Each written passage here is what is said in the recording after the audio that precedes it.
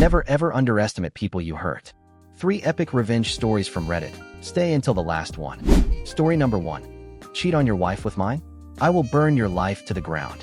Way back in the early 2000s, I began to suspect that my wife was up to something. Our 2 kids were about 4 and 6, still young, but not so young they couldn't tell you something about what had happened in their day.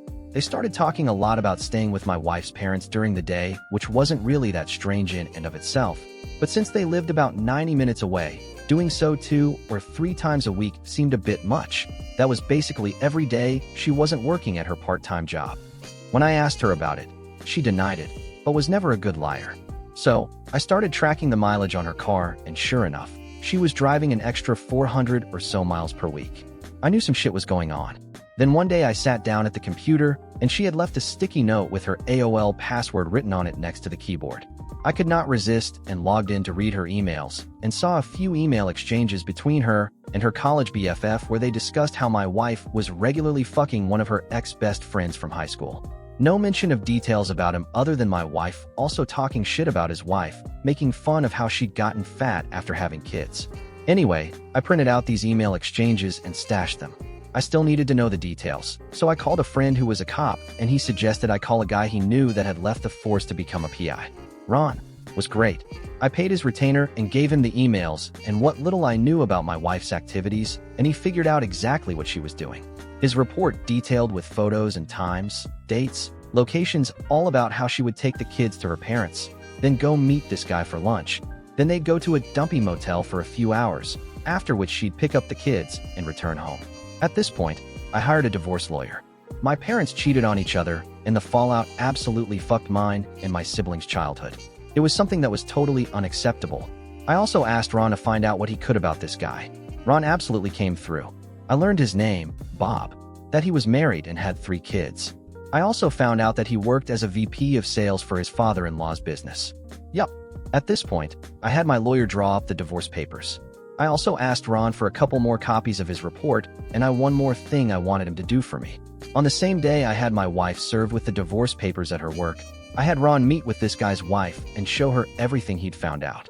She seemed nice, and I figured that she deserved to know what her dear hubby was up to. What she did with that information was up to her. While the information about my wife's infidelity didn't really matter in my divorce proceedings, Bob's wife did a real number on him. According to the publicly available court documents from the divorce and other related proceedings, she cleaned out their joint account, took the kids, and left. As soon as her dad found out what he'd done, Bob was fired, and since her parents actually owned the house where Bob and his wife lived, he also got evicted. Their divorce was ugly. Lots of fighting in, and evidently out of court.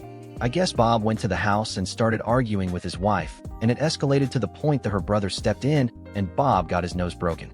There were restraining orders, a few more incidents with police reports, criminal charges, jail time, and so on. I can't find Bob on the internet anywhere these days. Last I heard, he'd left the state and his ex-wife did okay. She went to work at her dad's company and took over after he retired. As for me, my ex and I got along well enough. I didn't engage with her on anything that wasn't related to the kids, and now that they're both adults, I don't talk to her at all anymore. I don't hate her or anything, but I only care in the context that she is my kids' mom and is important to them. Nothing beyond that. Well played. Even if I don't get how you can have more anger to the guy than to your wife.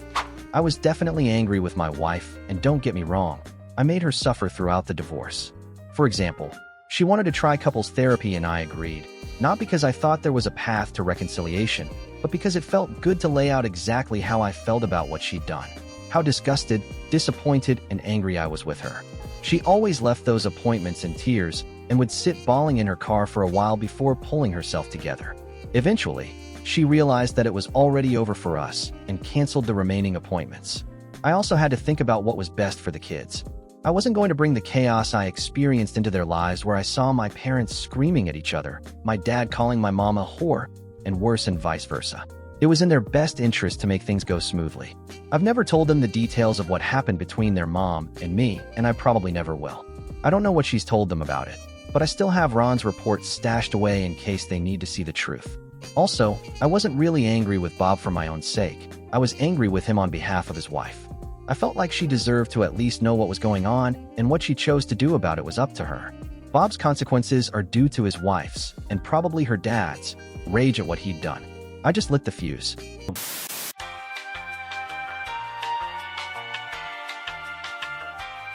Story number 2. My grandmother put greedy preachers in their places. Twice. Even after she died. Don't skip. This one builds slowly, but the last act is absolutely savage. My grandmother generously served her Bible-believing Christian church for almost 50 years without asking anything in return. But when she became elderly, disabled, and homebound, her church acted like she did not exist until she was in hospice care and literally on her deathbed, when that church showed a sudden interest in telling Grandma to remember your church in your will. She waited until exactly the right moment, in front of exactly the right audience, to expose these greedy assholes for what they were. Twice. My grandmother was a member of a large conservative, Bible-believing church for her entire adult life. This church, which I'll call Big White Church, was a member of a large evangelical denomination. Big White Church was located in a prosperous suburb of a large city in the Bible Belt of the deep south of the USA. Grandma was very active in Big White Church. She worked in the nursery every Sunday morning, helped cook hundreds of church fellowship breakfasts and dinners, accompanied her children and grandchildren on dozens of church retreats and choir tours, taught youth Bible study on Sunday nights, and was very active in supporting home missions, as well as helping with other youth programs.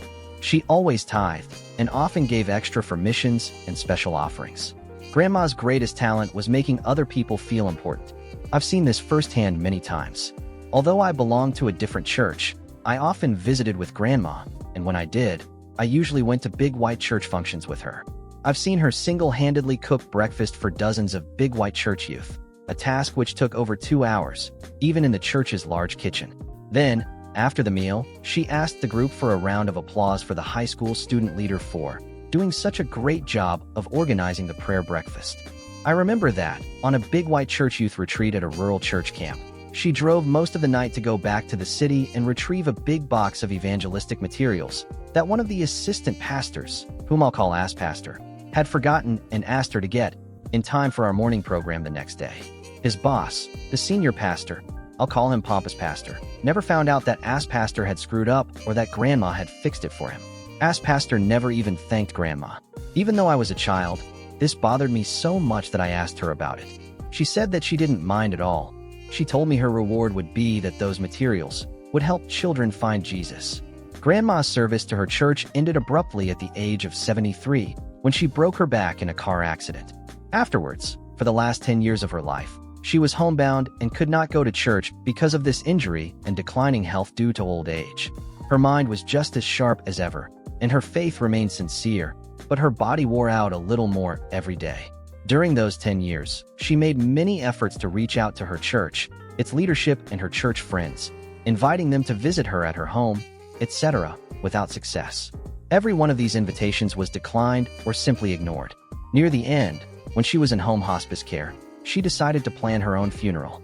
She and my grandpa called her church and asked for the senior pastor, Pompous Pastor, whom she had known for over 30 years, to visit her so that they could plan her memorial service, which she and Grandpa wanted to be held at the church. Pompous Pastor was too busy, but Ass Pastor stopped by a few days later.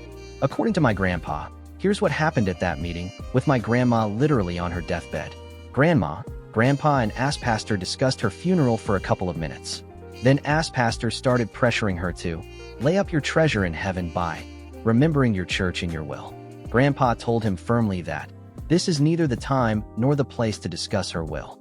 They went back to discussing the funeral for a few minutes. Then Ass Pastor steered the conversation back to Grandma's will, with liberal injections of how badly her church needed her support. Grandpa told him several times that it was inappropriate to talk to Grandma about her will or the church's financial needs, because she was terminally ill and in an enormous amount of physical pain. Ass Pastor would agree and briefly talk about the funeral, but would then go back to talking about the church's financial needs, heavenly rewards. Where your treasure is your heart will be also, Matthew 6:21, Luke 12:34, etc. My grandma started crying. To put this into context, Grandma was more than a steel magnolia. She was titanium coated with diamond wrapped in Kevlar. She rarely ever cried, and never ever cried about herself. Not one tear when the doctor told her that her back was broken so badly that she would never walk again, nor during the following 6 months in futile rehab. She would shed sincere but well-managed tears at funerals and while visiting family members in the hospital when they received bad news. She would cry to console others, weep with those who weep. But nobody, not Grandpa, not her daughter, my mom, nor any of my uncles or Grandma's siblings, ever remembered her crying for herself. My grandma was sobbing uncontrollably. Grandpa, a retired steelworker, former Marine sergeant, and Korean War combat veteran, physically grabbed Pastor and escorted him out of their house, not too gently. Contrary to everyone's expectations, Grandma lived another 6 months, mostly because of sheer force of will. Eventually, though, Grandma passed away and we held her memorial service at the funeral home, not Big White Church. Pompous pastor and ass pastor were conspicuously absent.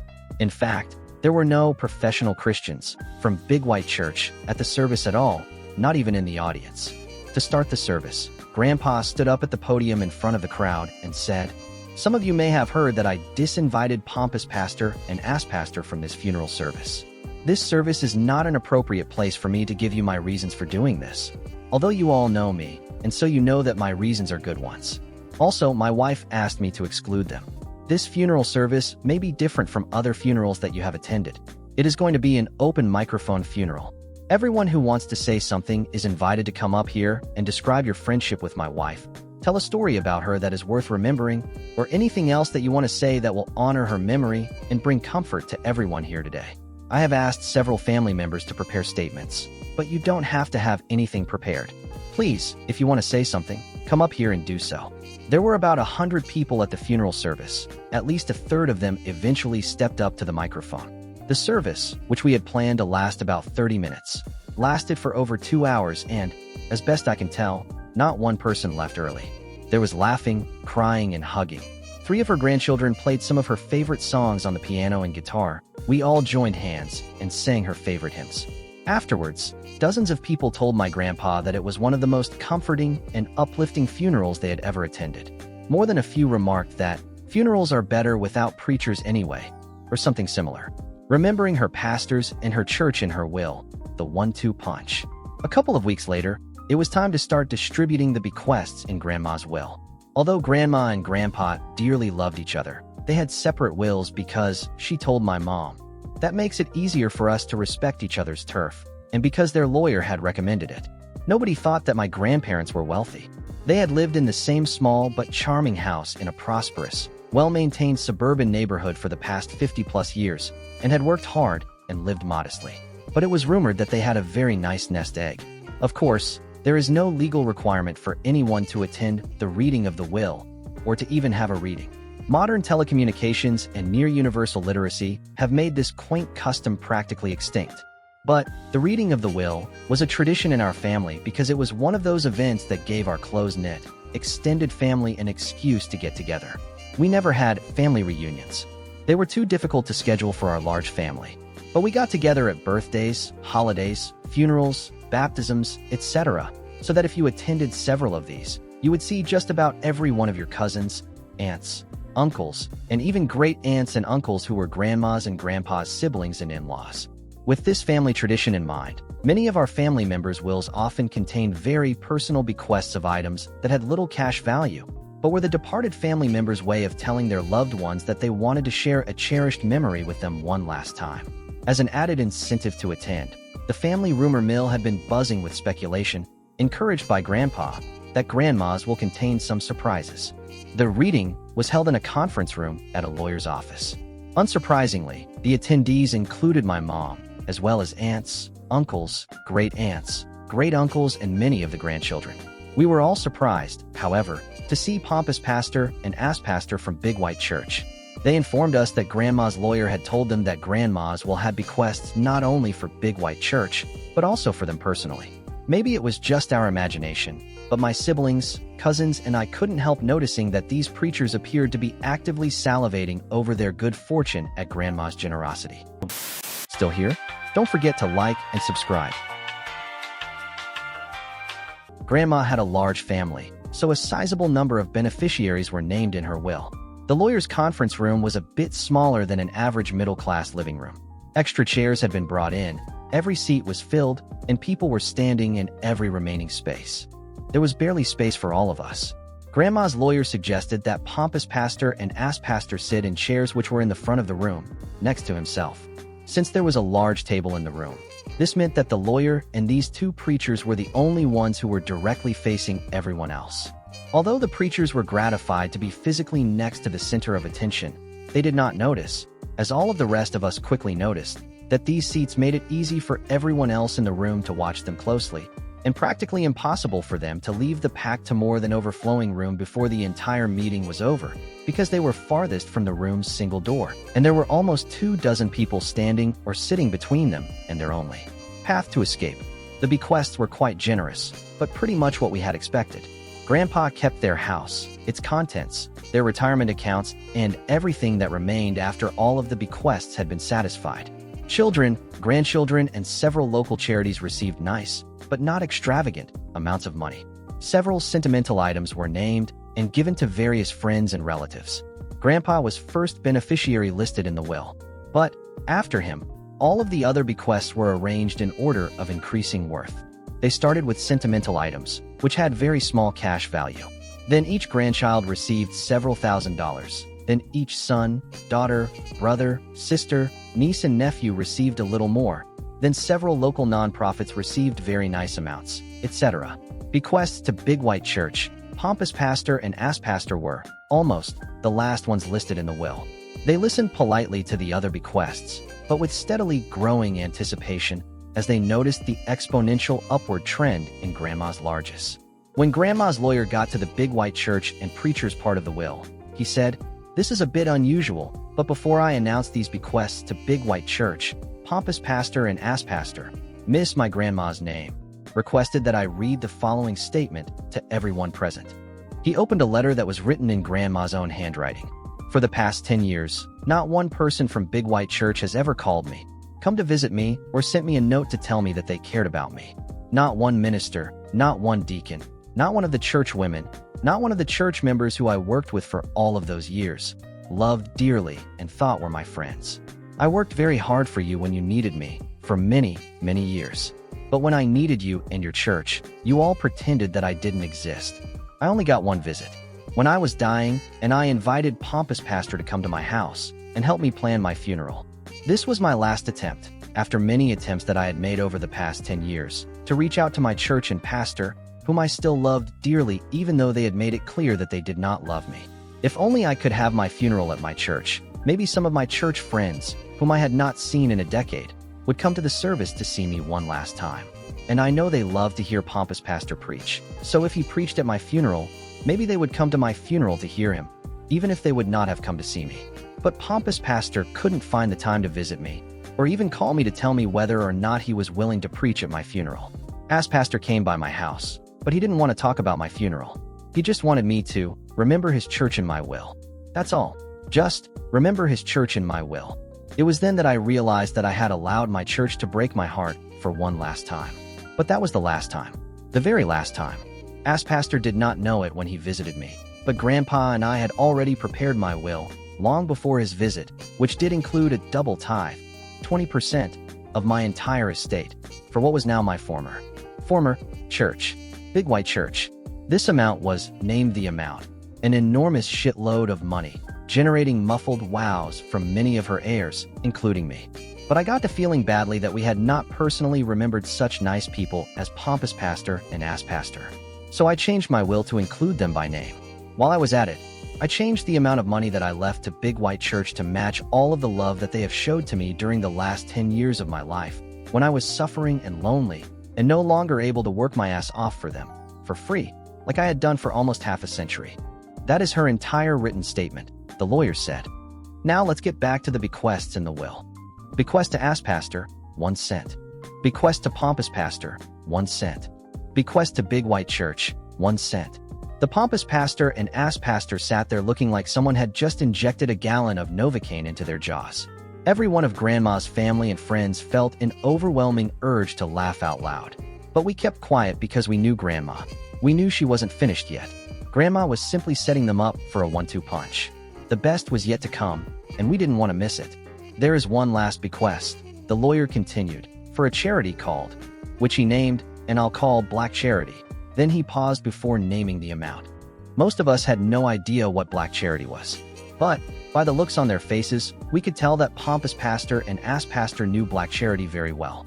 Their faces displayed the same expressions of shock, dread, and horror that they would have if the lawyer had said, "This bequest goes to the demonic baby eaters to buy extra-large rotisserie barbecue grills and tons of charcoal." Every eye in the room was now fixated on pompous pastor and ass pastor. The lawyer, who happened to be my uncle, one of Grandma's and Grandpa's sons, let the silence continue a few seconds more. If we had been able to read pompous pastors and ass pastors' minds, we would have known the history behind the looks on their faces. Black Charity was sponsored by a large black church just a few miles from Big White Church. They ran a free food and clothing bank, assistance programs for foster children, home delivery of pre-cooked meals for homebound seniors, legal aid, and other social services. A long time ago, Big White Church, which was, and still is, 100% Caucasian, had provided a few years of financial and other support to Black Charity. Then there was a very bitter, acrimonious breakup, allegedly because Black Charity was practicing the social gospel, while Big White Church was preaching the true gospel. Big White Church even sued to try to get some of their money back, although the suit was eventually settled and very little money actually changed hands. But, this being the Deep South, everyone knew the real reason why Big White Church, or any white church, would stop supporting a black charity. Those N-word were getting uppity and not staying in their place. Grandma and Grandpa had seriously considered leaving Big White Church at that time, but they had reasoned that it was better to stay there and teach tolerance by their words and example. They knew they would never persuade everyone, but maybe they could reach some of the youth at their white church and break the generational cycle of racism. Grandma used to tell us, "My church is my mission field." We did not learn the true depth of her statement until after she died. Since then, Grandma and Grandpa had secretly sent a portion of their tithe to Black Charity every month. Most of Grandma's family, including me, didn't find out about any of this until after the meeting had ended. But pompous pastor and ass pastor obviously understood what Grandma, by her actions which are more powerful than words, was saying to them.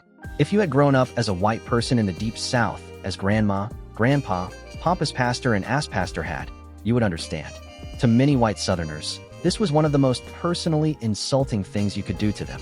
It simultaneously labeled them as racists, condemned their bigotry, and crushed their delusions of white superiority by saying, "These black human beings, whom you hate, disrespect, and have mistreated, are better people than you are. So they deserve my money more than you do." Having allowed time for everyone to observe pompous pastor and ass pastor while they thought about how their white church had treated this black charity, and how they and their church had treated our grandma, the lawyer said, "The amount is." Then he named the exact same amount that Grandma had named in her handwritten letter, the huge amount of money that would have gone to Big White Church if she had not changed her will. Story number 3. Lock my funds because of your mistake? Have your bank's social media ruined? For some reason, God knows why, I thought I'd trust a very small and local credit union with some of my money. When recently my card didn't work on the ATM, I asked for help inside the branch, and a clerk gave me a code to use that would deduct cash directly from my account. This is a feature the bank has. I wasn't having special treatment. Fast forward a few days, it seems the bank system flagged my account for review because of some accounting error being late to deduct my balance. I didn't go on overdraft or anything. It was just a minor mistake from their side. And still, for over a month all my funds were locked, and whenever I'd call my bank's support, I was given snarky responses, sometimes even hinting that they didn't like my foreign-sounding last name. When I spoke to my family back home to vent about this situation, a younger cousin came up with an idea. Use some Russian service that pays people a few Russian rubles. 1 RUB is approximately $1 cent for reference. Each time to post whatever you asked them on social media. This service worked like magic. The website even had the option to choose between American-looking profiles and other locales. After the most well-spent $3 of my life and some AI prompts later, the credit union's social media were flooded with hundreds of complaints. I'm sure this got to the right ears because on the same day, the bank's call center manager personally called me to say they understand my frustration, and even if I don't want my account anymore, the bank is ready to initialize a transfer of my full balance, plus $50 compensation to any other bank of my choosing. Problem solved. They probably also realized there was no way to link this activity to me and hence hinted at ending things on a positive note. Too bad I can't tell the Russian bots to remove their posts. That will be someone else's problem now. Thanks a lot for watching. Share your own nuclear revenge stories in the comments. and make sure to have a good meal today. Wishing you all the best. See you next time.